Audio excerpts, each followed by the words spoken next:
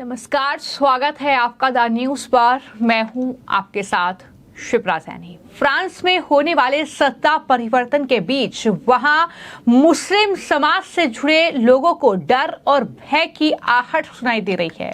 जी हां, मुस्लिम समुदाय को यह डर फ्रांस में सताने लगा है कि अगर मरीन ले पेन फ्रांस की राष्ट्रपति बनती है तो फ्रांस में न सिर्फ बुर्का बैन हो जाएगा बल्कि दोहरी नागरिकता रखने वालों को सरकारी नौकरी उनकी चली जाएगी। ये डर भी वहां पर सता रहा है। दरअसल फ्रांस में जो संसदीय चुनाव चल रहे हैं, पहले दौर का चुनाव हो चुका है और उसके मतदान के बाद ही अनुमान जताया जा रहा है कि नाजी युग के बाद सत्ता की जो बागडोर है फ्रांस में, वो पहली बार राष्ट्रवादी और धुर दक्षिणपंथी ताकतों के हाथ में जा सकती है। और अगर ऐसा होता है तो जाहिर तौर पर वहां पर कई बड़े कानून लागू हो सकते हैं। हो सकता है कि बुर्के पर पूरी तरीके से प्रतिबंध लगाया जा सके। दरअसल जो फ्रांस की राष्ट्रपति की उम्मीदवार हैं मरीन ले पेन, उन्होंने खुलकर ये कहा है कि फ्रांस में हिजाब वो पूरी तरीके से बैन करेंगे। इतना ही नहीं, उन्होंने साफ तौर पर यह कहा था कि मेरी सरकार आने के बाद फ्रांस में हिजाब बैन मैं कर दूंगी। तो ऐसे में अगर मरीन ले पेन अब राष्ट्रपति बनती है तो जाहिर तौर पर वहां पर पूरी तरीके से हिजाब और बुर्के पर प्रतिबंध लगाया जा सकता है। आपको बता दें कि मरीन ले पेन और जॉर्डन बोर्डेला ने फ्रांस की जनता से कई वादे किए हैं। चुनाव में मरीन ले पेन और उनके उत्तराधिकारी जॉर्डन बोर्डेला ने फ्रांस की जनता से यह वादा किया कि अगर उनकी सरकार बनती है तो वो दोहरी नागरिकता वाले लोगों को सरकारी पदों से हटा देंगे।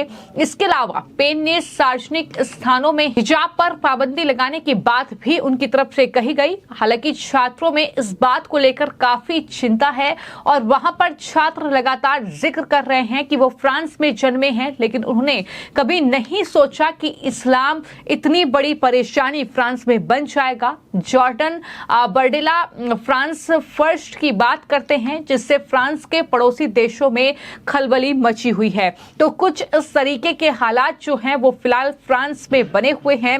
फ्रांस में राष्ट्रपति इमैनुअल मैक्रों के द्वारा अचानक संसदीय चुनावों की घोषणा की गई और पहले दौर में मरीन ले पेन के नेतृत्व वाली दक्षिणपंथी जो पार्टी है नेशनल रैली, उसने जीत हासिल कर ली है। इससे पार्टी सरकार बनाने के और करीब पहुंच गई है। तो समझा जा रहा है कि दरअसल ये जो चुनाव है, ये नेशनल रैली जो पार्टी है वही जीतेगी, मरीन ले पेन की पार्टी। तो इससे जाहिर तौर पर जो भी वादे उन्होंने जनता से किए हैं वो वादा उन्हें पूरा करना होगा। और फ्रांस की ये धुर दक्षिणपंथी पार्टी ने कहा है कि स्पष्ट बहुमत मिलने पर ही वो सरकार का नेतृत्व करेगी।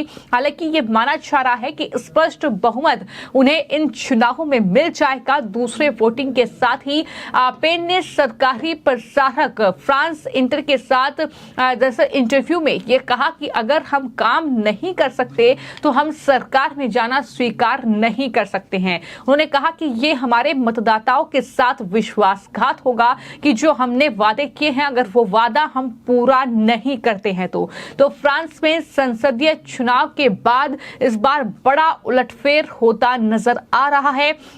अगर ये राष्ट्रवादी धुर दक्षिणपंथी पार्टी वहां पर जीतती है और जीत की ओर वो अग्रसर होती नजर भी आ रही है। हालांकि राष्ट्रपति इमैनुअल मैक्रों की पार्टी इस बार फ्रांस में तीसरे नंबर पर खिसक गई है। ऐसे में फ्रांस के मुसलमानों को अब कागज दिखाने का डर तक सताने लगा है। उनको इस बात का डर है कि अगर देश में घोर दक्षिणपंथी सरकार बनी तो उनके लिए मुश्किलें खड़ी हो सकती हैं, क्योंकि नेशनल रैली के नेता जॉर्डन बर्डेला पहले ही मुस्लिम शरणार्थियों को देश से बाहर निकालने की वकालत कर चुके हैं।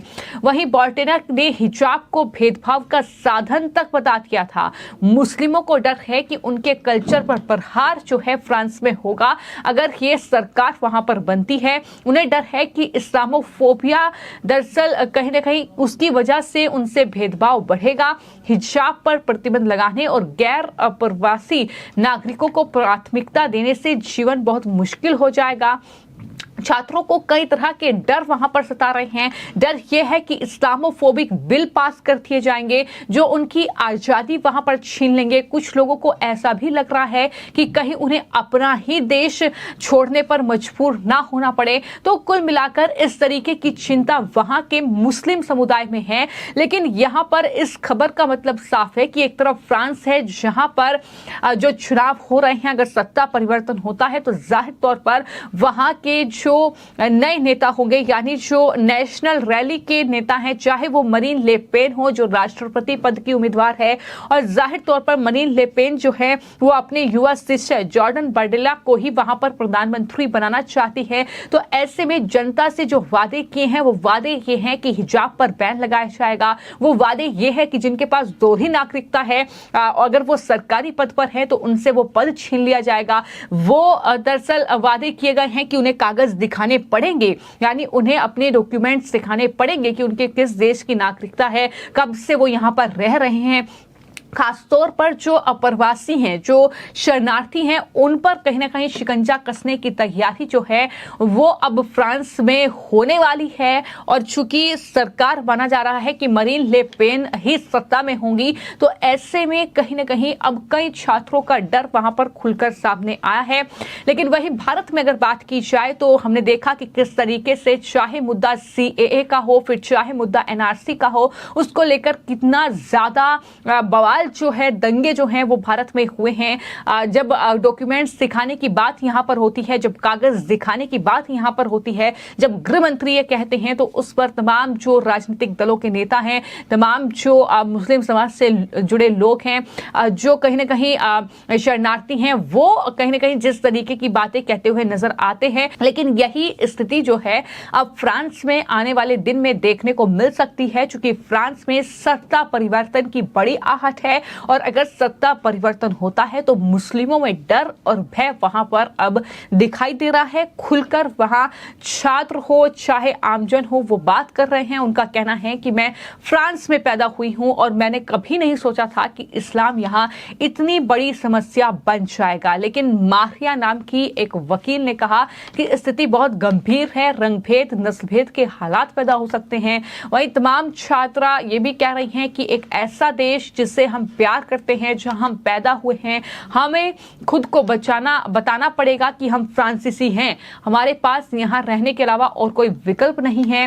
तो इस तरीके के जो बयान हैं वो लगातार जो है सामने आ रहे हैं। लेकिन मार्केटिंग प्रोफेशनल इलियास ने कहा कि नेशनल रैली पार्टी के सत्ता में आने पर कई मुसलमान देश छोड़ने पर विचार भी कर रहे हैं। तो कुल मिलाकर इस तरीके से कहीं ना कहीं जो फैसले हैं, जो वादे हैं जनता से, वो नेशनल रैली की नेता मरीन ले पेन की तरफ से किया गया है, जो कि राष्ट्रपति पद की उम्मीदवार हैं फ्रांस में। चूंकि इमैनुअल मैक्रो की सत्ता वहां से खिसकती हुई नजर आ रही है, और अगर मरीन ले पेन फ्रांस की राष्ट्रपति बन जाती हैं तो उसके बाद कई बड़े परिवर्तन हमें इस लिहाज से कम फ्रांस में देखने को मिल सकते हैं, जहां पर खुलकर मरीन ले पेन यहां तक कह चुकी हैं, उनकी पार्टी यहां तक कह चुकी है कि मुस्लिमों के लिए जो देश है वो वहां पर जाए, वहां पर रहें, लेकिन जो यहां पर रह रहे हैं उन्हें नियम कायदे कानून मानने होंगे। ये साफ तौर पर उनके जरिए कहा गया है। और कुछ इस तरीके की बातें कहते हुए, इस तरीके के वादे करते हुए